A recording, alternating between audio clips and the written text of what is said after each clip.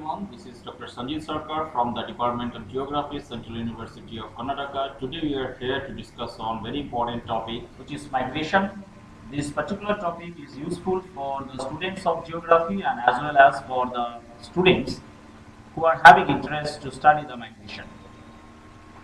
Before going to start this topic, would like to give a brief outline that how we have organized this particular lecture. We have organized this particular lecture in the three segments. First, we will talk about the definition of migration. Second part, we will talk about the different terminology that has been used in the study of migration. And the third, we will be looking at the different reasons of migrations. Now let's start with the definition of the migration. So what is migration? A very simple way, it is a kind of spatial that this spatial mobility involved with the changes of usual residence between clear defined geographical unit, and also it altered of all rounds of activities as well. Now, in a simple way, a migration can be defined as it is the process or act of moving people from one place to another place, that is one defined geographical area to another defined geographical area, with the intention to stay permanently or for a relatively longer period of time at the place of destination. Now, if we look into this definition, we are having few criteria that are very critical to understand the migration. The first thing is that the relocation of the usual place of the residence. So that means changes of usual place of residence from one defined geographical area to another defined geographical area. Now, in this sense, if it is so, then is the changing of building in the same locality to be called as a migration? The answer is no. So, changing the apartment from one building to another building, or moving from one place to another place in the same village or the same locality, although it is associated with the changes of residence, but not to be considered as a migration.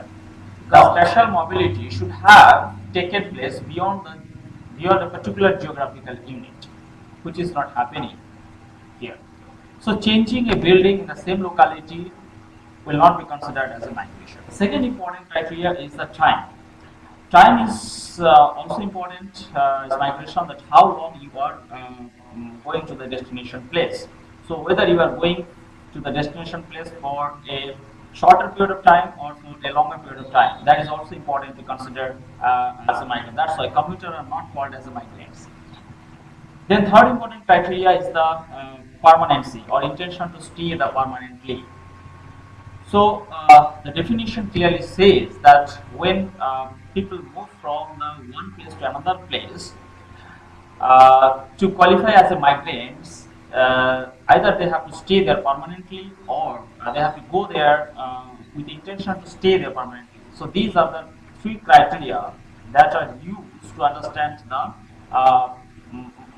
migration.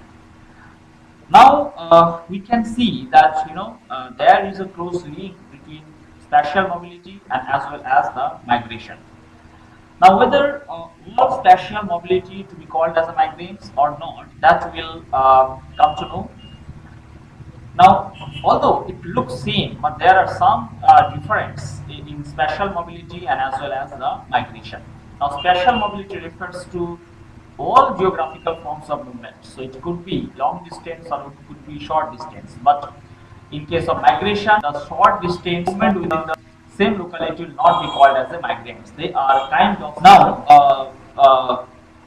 so in that sense, all spatial mobility are not termed as a migration. Only long distance move with the change of usual place of residence is called as a migration. So in that sense, tourism uh, seasonal movement, then daily commuters, they are not to be labeled as migrants, but their movement to be called as a kind of or is a form of spatial mobility. Now we'll see a few terminology that is being used in the migration studies very frequently. The most important term of the migration study is the migration and migrants.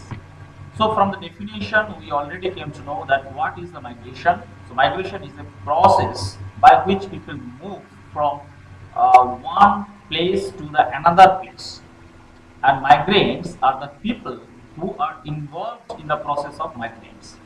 So it is very clear that number of migrants and count of migration, they are different.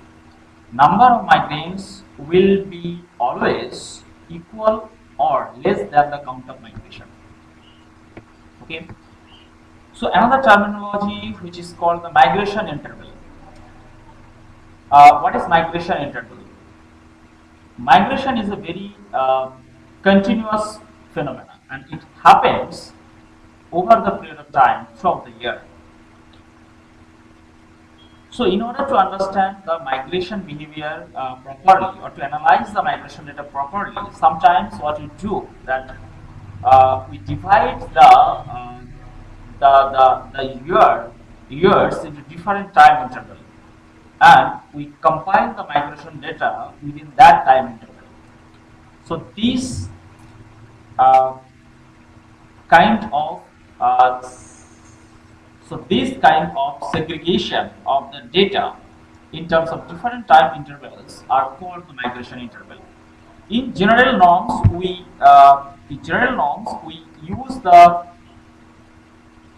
following segregation of the time interval to analyze the migration data.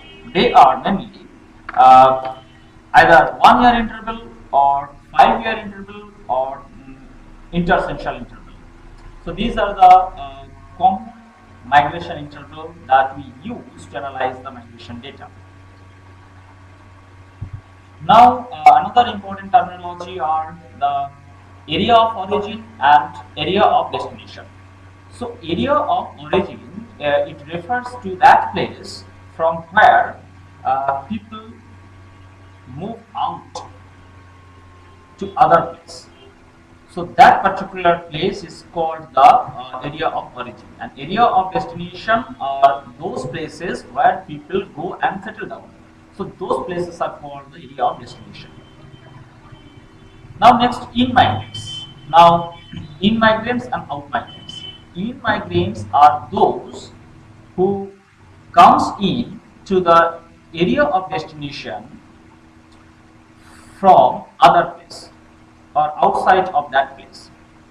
So in-migrants are defined as the inflow of the migrants in respect to the area of destination, whereas out-migrants are those who moves out from the place of origin and settle down in the area of destination. So out-migrants are those who moves out to other place in respect to the area of origin. Now one important thing here to remember is that in-migrant and out-migrant, they are commonly used in terms of internal migration. They are not used in terms of international migration. This is one of the important terminology in the migration, which is called the migration stream. Now, what is migration stream is about? Suppose there are 3-4 places. Place A, which is the area of origin, place B, place C, and place D. Now, a group of person is moving from place A to different places. Suppose 100 people are moving from the place A, that is area of origin. And out of this 100, 50% going to place B, 20% is moving to place C, and 30% is moving to place D. Now, in that sense, in this case, there is a kind of migration body has developed which share the common area of origin and so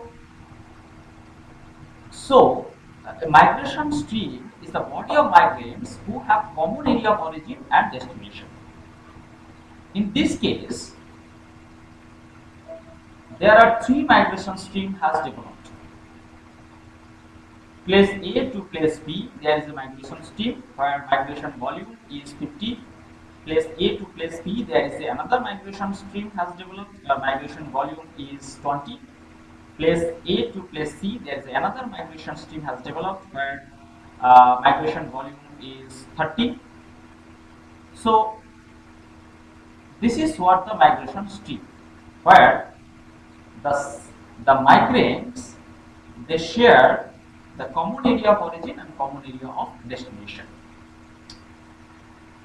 Now, when the migration stream is happening, that is, migrants flow from area of origin to the area of destination, it might be that there may be a reverse migration from the area of destination to the area of origin. So they are called the counter stream.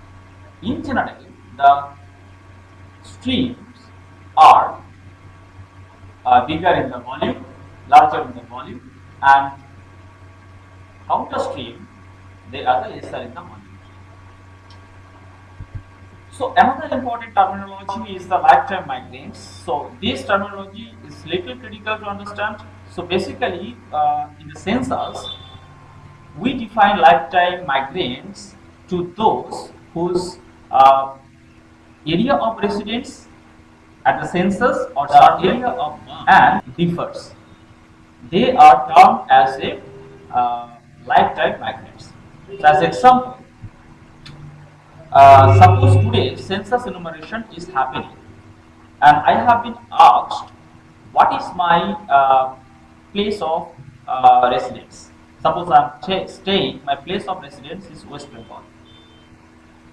And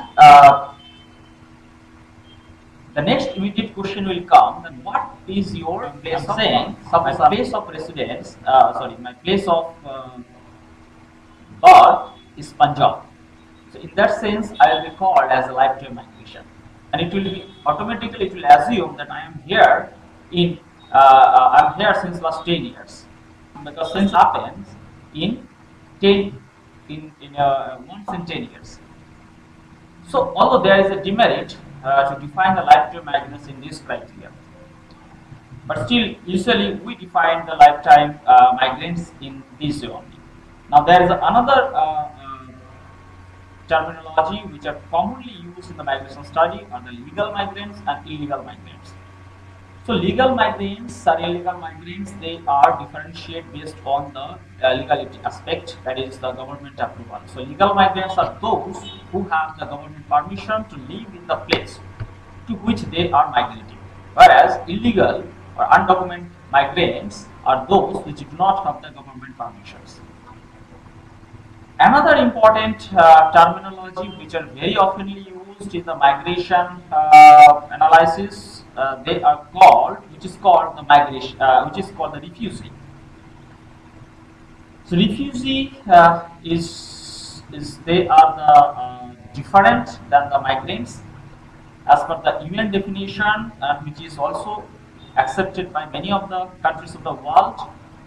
A refugee is defined as any person who is outside his or her country of nationality and is unable or unwilling to return to that country because of persecution or a well-founded fear of persecution.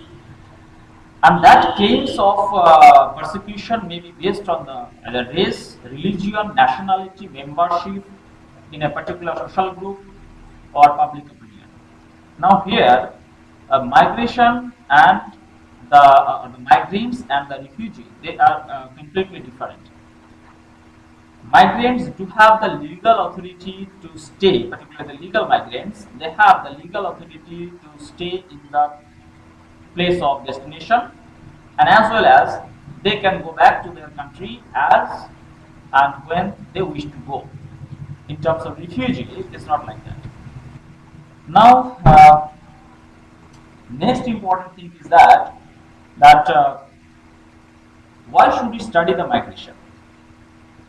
What are the demographic perspective of the migration? Yes, the very first thing to study the migration is that migration is a important component of population dynamic. There are three components of population dynamic. The first one is uh, fertility, second one is the mortality, and third important dynamics is the important component of population dynamic is the migration. So if you do not study the migration, you cannot study properly the population dynamics. So migration is very important to study to understand the population dynamic of a geographical unit. Second, migration can be studied as a mechanism of socio-economic adaptation because migration mixes the population. So, the migration process involves uh, with a few other things like social diffusion, cultural diffusion, adaptation of the local culture, dissemination of the rural culture to the native people. So, if you want to study the cultural geography or uh, cultural aspect of the people, you have to study the migration as well. Third, it can be studied as a routine uh, life course event. Yes, you cannot ignore the migration through your life course transition. Starting from your school life to your business life and old age, you have to migrate for the different reason, for the different time. For the schooling purpose, you may have to go inside of your house, some different places to study. Job purpose, you have to go to other places, and the old age, you may settle down to other places. So, in order to understand the life course transition of the people, you have to study the migration. And fourth, migration is sometimes it can be seen as a rational entrepreneurship of the family. Many of the family they see migration as an investment. They try to send their child or their family member um, to go outside with the intention that in future they will give the return that may increase their standard of life. So that return may come in different forms, economical return and other forms of return. So it's a kind of investment also, family investment also. So if you want to study the standard of life and other uh, aspects of the life of the family members, you have to study the migration as well. Now let's see what are the reasons of migration. The reasons of migration is very complex and it is determined by set of factors. Several researchers and economists they have given various theories over the period of time that uh, talk about the reasons of migration. So if we look into the different theories, some important philosophies comes out. So major important philosophies are the macroeconomic theories of migration. It says that how because of the larger economic benefit or the because of the wage differentials people move from one place to another place. Expanding macroeconomic theories, these talk about not only the larger economic benefit, rather that it talks about that how because of the what to say that because of these natural calamities and climatic influences also people has to move. Then micro behavioral approaches, in these approaches of migration, it says that uh, it is not only the economic aspect or natural calamity because of that people move, but also the human decision and human behavior are also important for the migration to be taken place. Then human capital theories migration, as I have discussed earlier, that it says that migration sometimes is seen as a family investment. Then job search model, residential mobility, life cycle theories, etc. So if you look into all these theories, so if you look into all these theories, So we'll find that few factors which are very important in terms of understanding of migration. So one important factor is the push. This idea was first given by the Ravenstein in 1889. In order to study the migrants' behavior and why people move, he analyzed 1881 census data of England and Wales, and he has given some statements on migration which are popularly known as the law of the migration. So, in this law of the migration, he has talked about the push-pull factor. He said that push factor are those which are found in the area of origin, and these are the factors which uh, compel people to move outside or compel people to leave the place. These factors are mainly the negative factors. On the other hand, pull factors are those which attracts people to settle down, and these are the positive factors are found abundantly in the place of residence. Sorry, in the place of destination. Now, another important thing here to mention is that although the push and pull factor are important, but among these two, pull factor are highly forceful or highly influential in terms of the migration to be taken place. As example, suppose you are staying in a place where there are lots of push factors like unemployment and lack of medical facilities. There are so many problems there in the place where you are staying. Although there are so many problems are there, but still you will not decide to move out immediately until unless you will have a strong alternative of pull factors. So this is how, although there are lots of push factors, but still pull factors are the more important to understand the migration. Now let's see what are the push factor and pull factor. So we can see that push factor are mainly the negative factors are found in the area of origin. So they are mainly lack of employment, low income, shortage of land, lack of modern facilities, educational facilities, lack of infrastructural facilities, natural calamities, etc. And on the other hand, pull factors are the positive vibe, and they are found in the area of destination. So they are mainly employment opportunity, modern facilities, health facilities, education facilities, pleasant weather, social security, and political stability.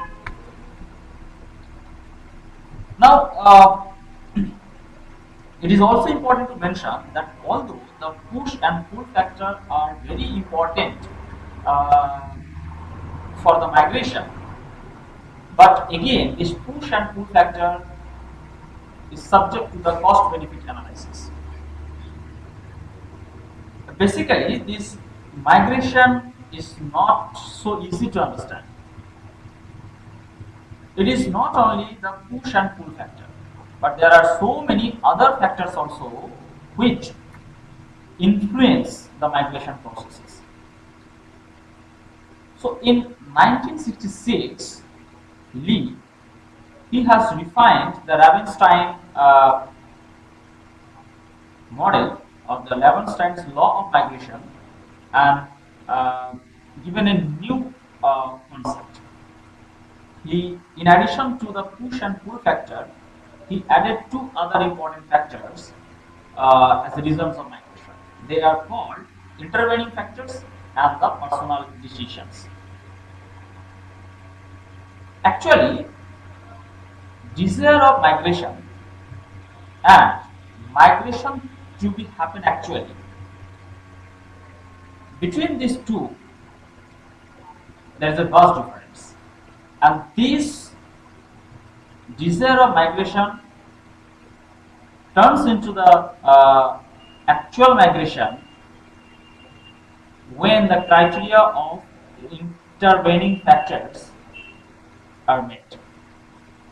Basically, The intervening factor, what are these intervening factors? Intervening factors are many things. It could be distance between two places, it could be cost of the travel, it could be health, or could be anything which may found in between two places, that is area of destination and area of origin.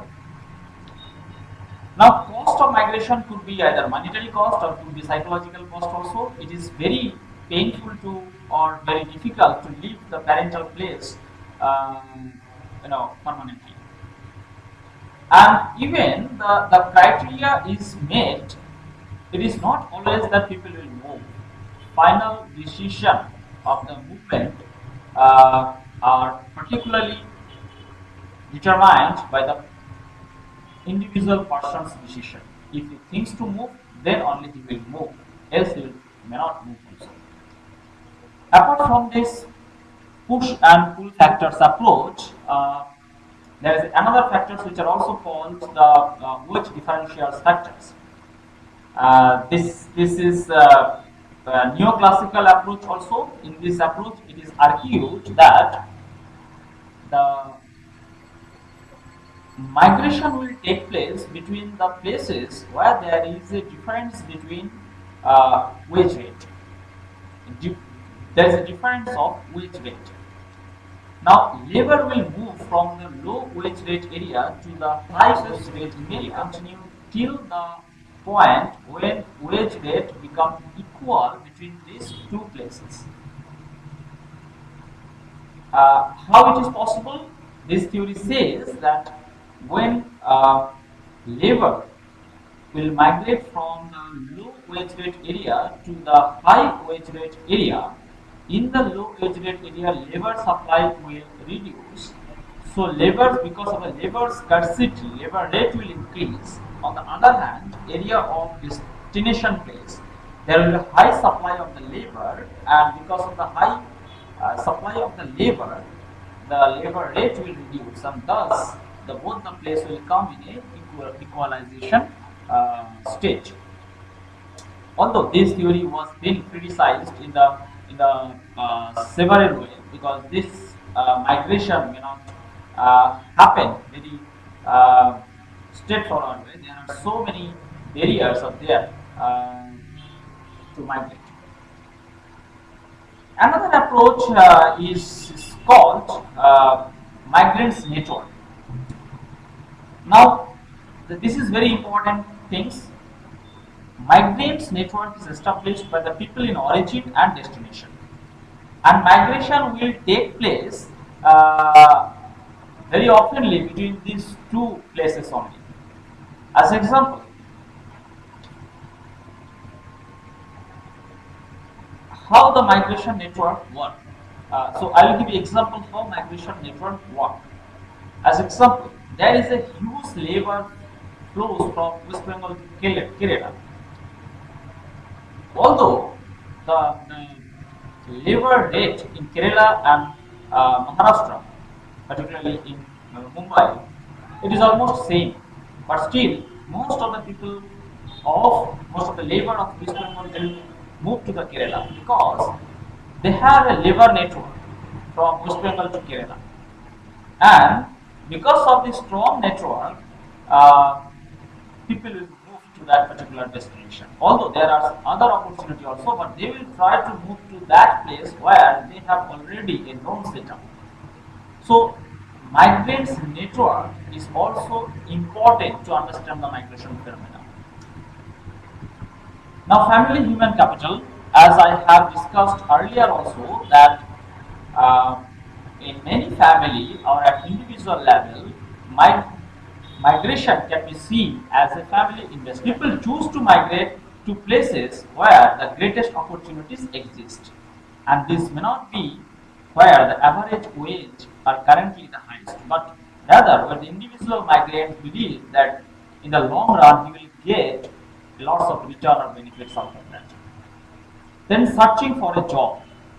The job search model talks about that how people move from one place to another place in terms of the searching for job. There are two types of job seeker on the migration. One is called the speculative migration. Speculative migrants are those who do not have the secure job in the place of destination. They move to the place of destination with a hope for getting a job. And another group of persons are the contracted migrations. They are having a secure job in their hand. So once they go there, they get into the job and they get into the labor force. So these are the different reasons that can be discussed as the reasons of the migration. Another important terminology is that lastly we'll finish off with this particular topic. What is mobility transition? We have heard about the demographic transition. So in demographic transition, we have seen that how the society developed from a traditional society to a developed society with the changes of fertility as well as mortality. Now, in the migration studies also, uh, Wilbur Gimpy, he has hypothesized the terminology called mobility transition. He said that like demographic transition, migration flow also changes once the society moves from the traditional or the less developed to the more developed society. So he said that in the earlier stage of the development, the rural to rural migration flow are more dominant. The later on, once the industrialization starts, urbanization happens, migration flow shifts from rural to rural to urban. And finally, when the society comes to a matured and developed one, or establish its mature ecosystem. So that time, the migration flow turned into urban to urban migration flow.